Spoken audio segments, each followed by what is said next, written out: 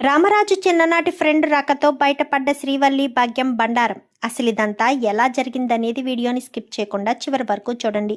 ఇల్లు ఇల్లాలు పిల్లలు అప్కమింగ్ ఎపిసోడ్స్లో ఏం జరగబోతుందో ముందుగా తెలుసుకోవాలి అనుకుంటే వీడియోని లైక్ చేసి ఛానల్ని సబ్స్క్రైబ్ చేసుకుని పక్కనే ఉన్న బెల్ సింబల్లో ఆల్ పై క్లిక్ చేయండి. ప్రేమ ధీరజ్ జంట కనుక మీకు నచ్చినట్లయితే కామెంట్లో ఎస్ అని టైప్ చేయండి. మొత్తం మీద చూసుకున్నట్లయితే కనుక ఇంకా వల్లికి దినదిన గండంగా ఇటు నర్మదా ప్రేమ అయితే ప్రతిరోజు నరకం చూపిస్తూ ఉంటారు. ఎందుకంటే వల్లి చేసిన తప్పులు అన్నీ కాదు కాబట్టి ఏదో రకంగా వల్లి నోటితోనే నిజాన్ని బయట పెట్టించాలి అన్న ఒకే ఒక్క కారణం చేత వల్లిని ఇబ్బంది పెడుతూ అటు పరుగులు ఇటు పరుగులు పెట్టిస్తూ ఉంటారు. ఇంకా ప్రేమ నర్మద అయితే ఇంకిటు ఈ విషయం తెలిసిన బుజ్జమ్మ కూడా దొరికిన అవకాశాన్ని అస్సలు వదులుకోకూడదని దొరికినప్పుడల్లా చంపలు వాయిస్తూ ఉంటుంది. ఏ తల్లైనా సరే తన కూతురి జీవితాన్ని నాశనం చేస్తే చూస్తూ ఎలా ఊరుకుంటుంది? అది కోడలైనా సరే కొడుకైనా సరే ఎవరైనా సరే ఎవరు అంత ఈజీగా వదిలిపెట్టరు కదా.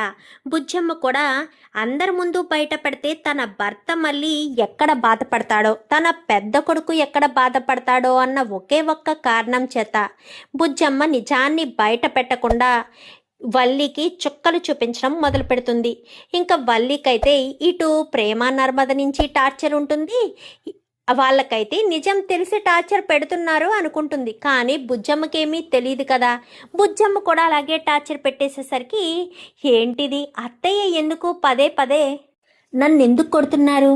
ప్రేమ నర్మదల విషయంలో నేను కలగ చేసుకుంటున్నానని కొడుతున్నారా, లేక ప్రేమ నర్మదల గురించి అస్తమానం మాట్లాడుతున్నారని కొడుతున్నారా?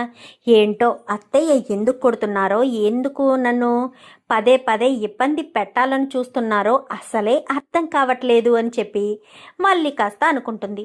ఇంకా అలా అనుకున్న తర్వాత ఇదే విషయాలన్నీ కూడా తన తల్లితో చెప్పుకొని బాధపడుతూ ఉంటుంది. ఏంటమ్మడు కష్టాలన్నీ నిన్నే వెంటాడుతున్నట్టున్నాయి. అవునే అమ్మ, ఏం చేయాలో నాకు అర్థం కావట్లేదు. ఆ ప్రేమ నర్మద నన్ను ప్రతి క్షణం టార్చర్ పెట్టేస్తున్నారే, నేను ఏడ్ చేయాలో నాకు ఏమీ తెలుతలేదా అమ్మా అని చెప్పి ఇంకా తన తల్లికి బాధనంతా చెప్పుకుంటుంది. నన్ను రమ్మంటావా అని అడిగితే వద్దులే అమ్మా, నువ్వు వస్తే వాళ్ళు నిన్ను ఇక్కడ నిలబడనివ్వరు, ఇక్కడి నుంచి వెళ్ళిపోమని నిన్ను వెళ్ళగొట్టేస్తారు. ఇంకా నిన్ను పంపించేయడం నాకు ఇష్టం లేదు. నువ్వెక్కడికి వచ్చావే అనుకో, ఈ నర్మదా ప్రేమ ఇంకా ఇంకా రెచ్చిపోతారమ్మా. వద్దులే, నేనే ఏదో రకంగా మేనేజింగ్ చేసేసుకుంటాను అని చెప్పి వల్లి అయితే ఫోన్ పెట్టేస్తుంది. ఏంటి బల్లక్కాయ్, ఎవరికి ఫోన్ చేసి మాట్లాడుతున్నావు? మీ అమ్మకా?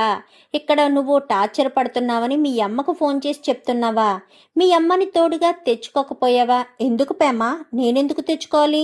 మా అమ్మ అక్కడే ఉంటుంది, నేను ఇక్కడే ఉంటాను. అయినా మీరు నా సెల్లెళ్ళు కదా, మీరు నన్ను ఎందుకు టార్చర్ పెడతారు?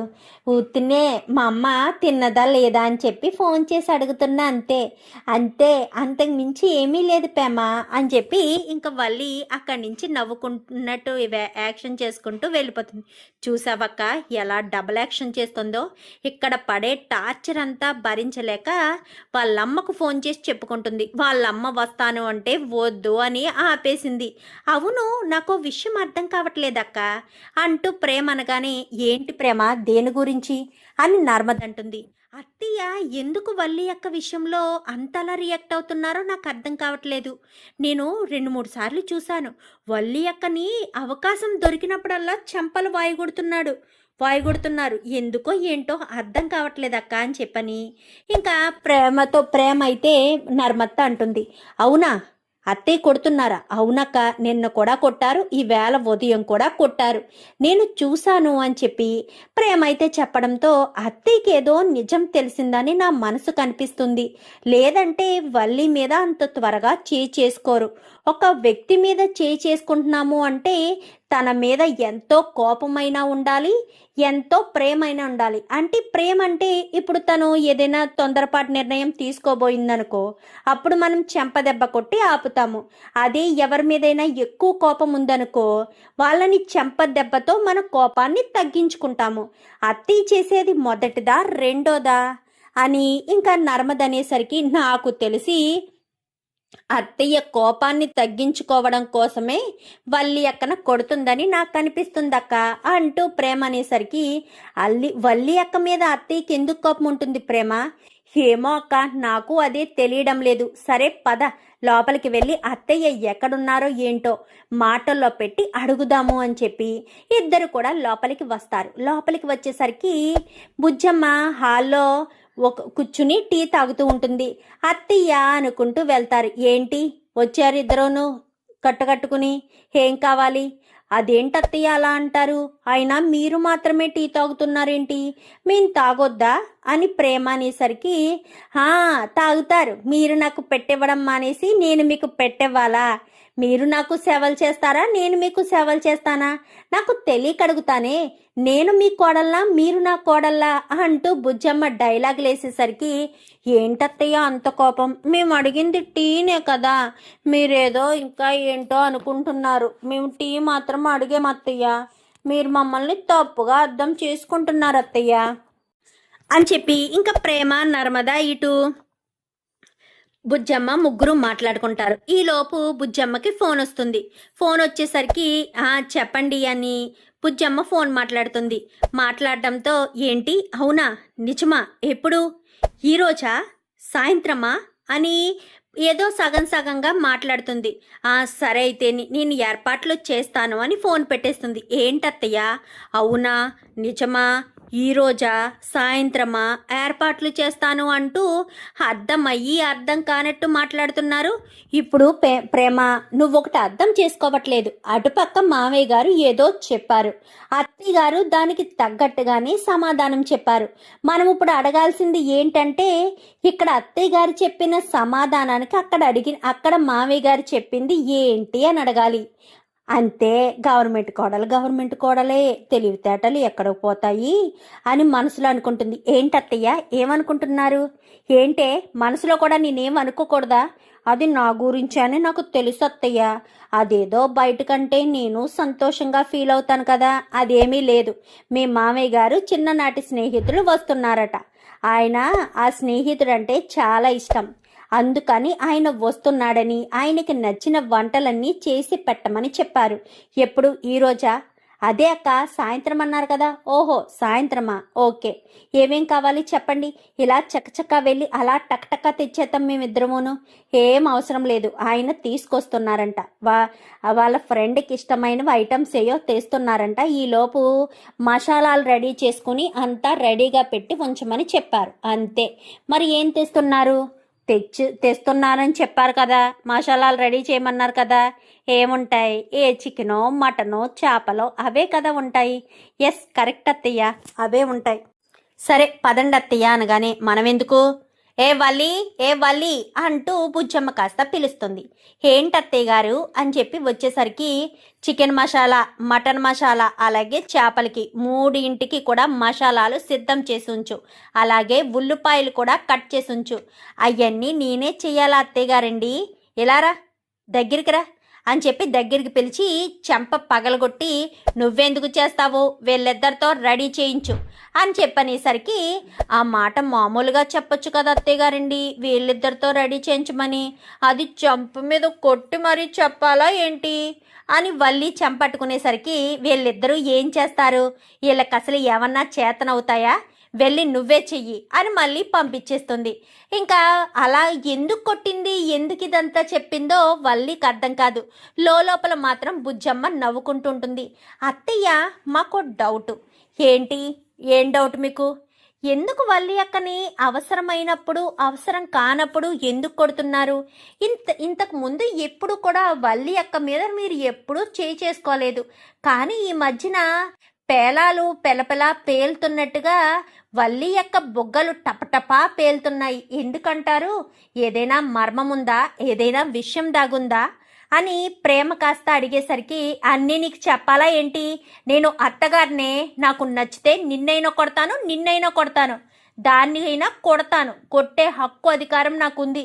ఏంటి, మమ్మల్ని కొడతారా? కొడతాను. తప్పు చేస్తే కొట్టరా ఏంటి?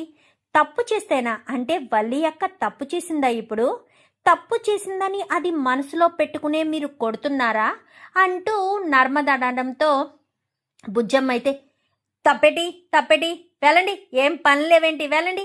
అవును, ఏదో మార్కెట్కి వెళ్ళి తెస్తానన్నారు కదా, సరే మీ ఇద్దరు వెళ్ళి మార్కెట్కి వెళ్ళి స్వీటు హాటు తీసుకురండి, వెళ్ళండి అని చెప్పి వాళ్ళని అక్కడి నుంచి పంపించేసింది.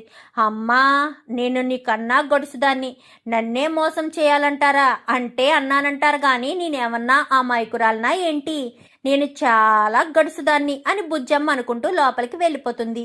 ఇంకా వీళ్ళిద్దరూ కూడా మార్కెట్కి వెళ్ళి అవి తీసుకురావడానికి వెళ్ళిన వాళ్ళు ఆలోచనలో పడతారు. ఏదో ఉందక్క, అర్థం కావట్లేదు, తెలుసుకోవాలి, ఖచ్చితంగా అత్తయ్య గారిని మాటల్లో పెట్టి అదేంటో మనం తెలుసుకోవాలి. వాళ్ళిద్దరూ మార్కెట్కి వెళ్ళి తీసుకొస్తారు, స్వీటు హాటు తెస్తారు. ఈలోపు వల్లి కాస్త మసాలాలన్నీ సిద్ధం చేస్తుంది. ఇంకా రామరాజు వచ్చి బుజ్జమ్మ బుజ్జమ్మ అంటూ పిలవడంతో వస్తున్నానండి అని బుజ్జమ్మ కాస్త వెళ్ళేసరికి అవన్నీ ఇస్తుంది. వల్లి అని చెప్పి వల్లిని పిలిచి ఇవన్నీ శుభ్రం చేసి చాలా చక్కగా వండి పెట్టాలి, ఆయన మీ మామయ్య గారి చిన్ననాటి స్నేహితుడు, ఆయన వస్తున్నారు, ఆయనకి కడుపు నిండా భోజనం పెట్టాలి అని అవన్నీ చూసేసరికి చికెను మటను ఇవన్నీ మా అమ్మ వాళ్ళకు చాలా ఇష్టం, మేము ఎలాగా కొనుక్కోలేము, ఇవన్నీ తీసుకొచ్చారు. ఇప్పుడు అర్జెంటుగా అమ్మ నాన్నకు ఫోన్ చేసి రమ్మని చెప్పేయాలి, అప్పుడు వాళ్ళు వస్తే వాళ్ళు ఇవన్నీ కూడా తింటారు కదా. నాన్నకు మటన్ అంటే చాలా ఇష్టం, కానీ చాలా రేట్ అయిపోయింది కాబట్టి కొనుక్కోలేము, ఇప్పుడే ఫోన్ చేస్తాను, అత్తయ్య బయటికి వెళ్ళగానే ఫోన్ చేస్తాను అని వాటి వంక చూస్తూ ఉంటుంది. ఏంటే అలా చూస్తున్నావు, పచ్చిదే తినేస్తావా ఏంటి, పచ్చి మాంసం తినేదానిలాగా వెళ్ళు, శుభ్రంగా కడిగి కూరండు, చక్కగా మసాలా పెట్టి కారం అది బాగా వేసి బాగా రుచికరంగా ఉండు.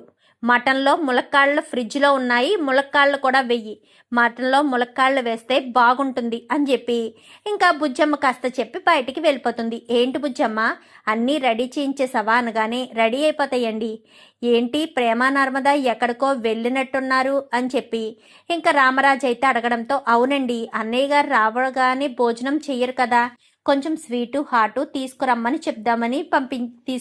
చెప్పాను, పైగా పిల్లలు ఇంటికి వచ్చేటప్పటికి ఏమీ వండడం లేదు, నేను ఏమీ వండడం లేదు కదా ఈ మధ్యన, అందుకని బయట నుంచి తెప్పిస్తున్నానండి, పద్దాక బయట నుంచి తెప్పించొద్దు బుజ్జమ్మ, ఉన్నది కదా వల్లి సాయంతో ఏదో ఒకటి వండి పెడుతూ ఉండు, పిల్లలు ఇంటికి వచ్చేసరికి ఏమన్నా వండి పెడితే వాళ్ళు సంతోషంగా తింటారు అని రామరాజు కాస్త బుజ్జమ్మకు చెప్పేసరికి అలాగేనండి, మీరు వెళ్ళి కాలు చేతులు కడుక్కురండి, నేను టీ తీసుకొస్తానని అక్కడి నుంచి బుజ్జమ్మ వెళ్తుంది.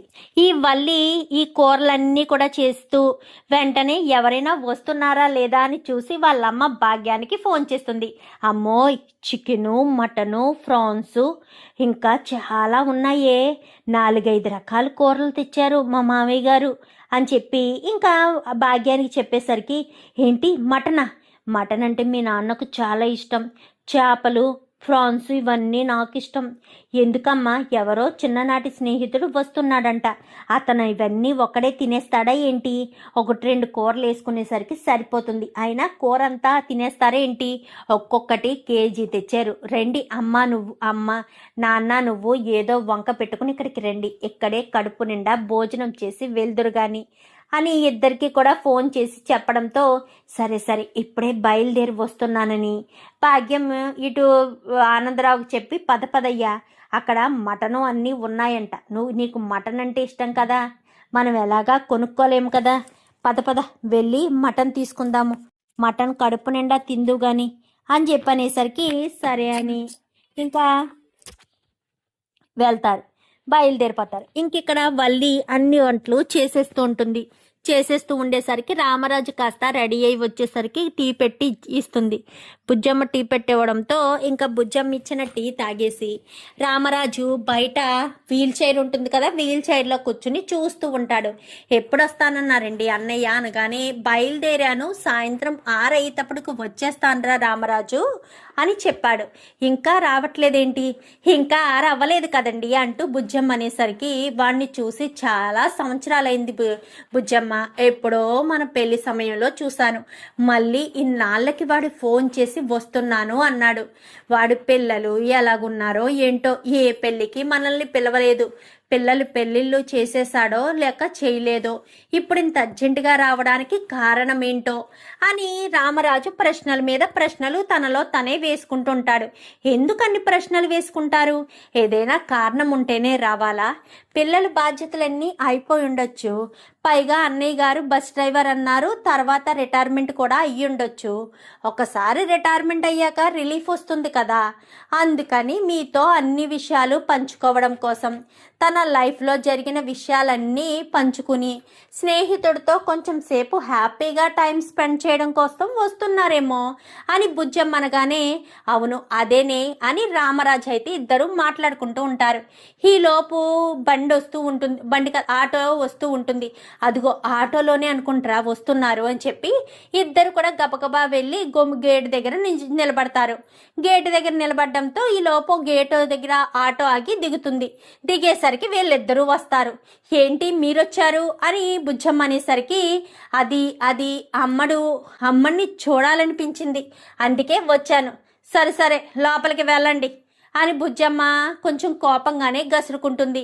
ఎందుకే అలా గసురుకుంటున్నావు అని రామరాజు అనగానే, ఏమీ లేదండి, అస్తమాను ఇంటికి ఎందుకు రావడం, ఈ ఇంటికి వీళ్ళు కోడల్లా లేకపోతే వాళ్ళ కూతురు కోడలా, అస్తమాను కూతురు అత్తవారింట్లో ఉండడానికి సిగ్గనిపించొద్దా అనుకుంటూ ఇంకా వాళ్ళు వినేటట్టుగానే మాట్లాడుతుంది.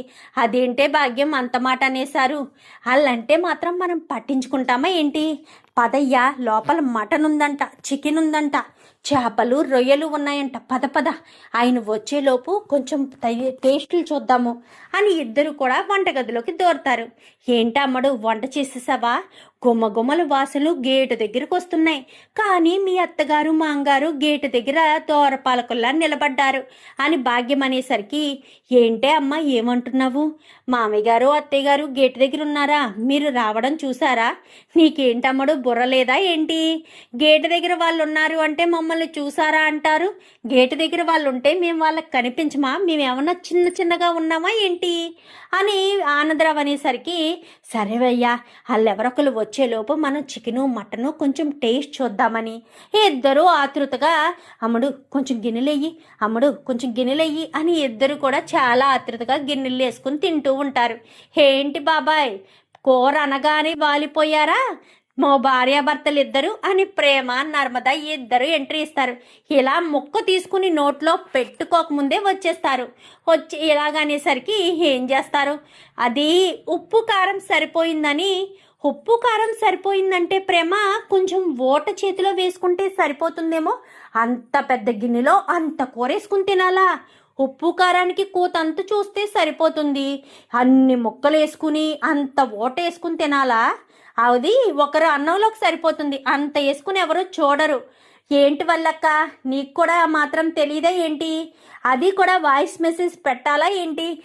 వద్దు ప్రేమ అమ్మా నాన్న ఇలా ఇచ్చేయండి అని వాళ్ళిద్దరి చేతుల్లో పెట్టిన గిన్నెలు కాస్త లాగేసుకుని అక్కడ పెట్టేసుకుంటుంది. ఈలోపు రామరాజు ఎదురు చూస్తుండగానే ఆటో వస్తుంది.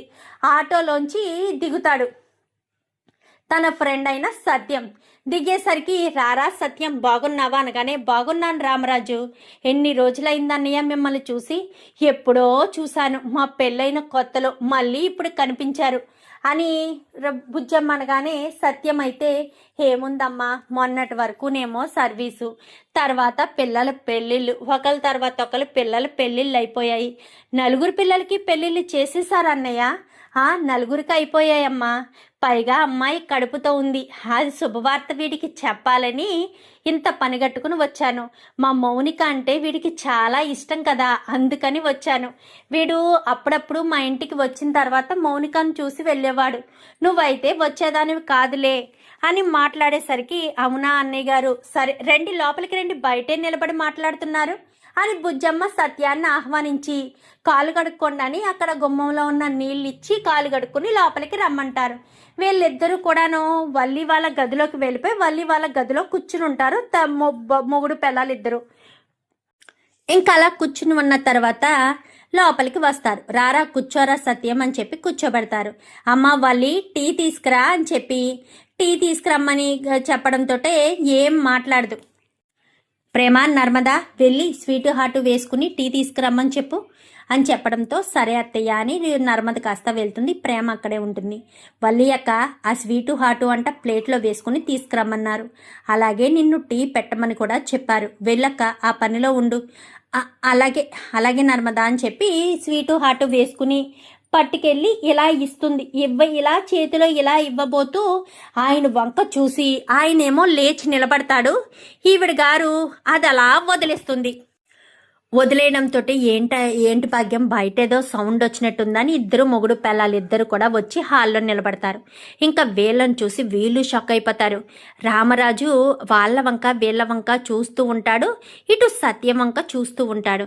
ఈలోపు చందు ధీరజ్ సాగర్ వీళ్ళంతా కూడా వస్తారు. వచ్చేసరికి ఏమైందిరా, ఏం జరిగింది? వాళ్ళని చూసి అలా షాక్ అయిపోతున్నావు ఏంటమ్మా వల్లి? వీడిని చూడడంతో చేతిలోన్న పల్లాన్ని వదిలేశావు ఏంట్రా? వీళ్ళు నీకు ముందే తెలుసా? వీళ్ళు నెంబర్ 1 కేడీలు అని నీకు తెలీదా? అయినా ఎవరి భార్యరా ఈ అమ్మాయి? నీ పెద్ద కొడుక అని చెప్పాయి. ఇంకా సత్యం అనగానే అవునరా నా పెద్ద కొడుకు భార్యనే అని చెప్పి ఇంకా రామరాజు అయితే చెప్తాడు. చెప్పడంతో ఒక్కసారిగా షాక్ అయిపోయి ఇంతకు మించిన సంబంధం నీకేమీ దొరకలేదా అని సత్యం అనేసరికి ఏంట్రా ఏం మాట్లాడుతున్నావు? వీళ్ళ చాలా మంచి కుటుంబం రా.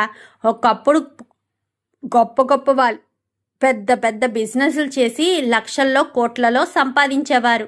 ఈ మధ్యనే బాగా లాస్ వచ్చి మోసపోయి పాపం చేతిలో చివిల్లి గవ్వ లేకుండా మారిపోయారు. లేదంటే వీళ్ళు అమ్మాయిని పెళ్లి చేసుకునేసరికి కోటీశ్వర్లే అంటూ మాట్లాడేసరికి వీళ్ళు కోటీశ్వర్ల ఎవర్రా చెప్పింది? వీళ్ళ సంబంధం నా పెద్ద కొడుక్కి మనోజ్కి వచ్చింది. వీళ్ళు నెంబర్ 1 కేడీలరా. వీళ్లకు ఎలాంటి ఆస్తులు లేవు. వీళ్ళన్నీ గొప్పలకు పోయి అప్పులు చేసే రకాలు. అర్థమవుతుందా నీకు? గొప్పలకు పోయి అప్పులు చేసే రకాలు. వీళ్ళకి ఊరి నిండా అప్పులే.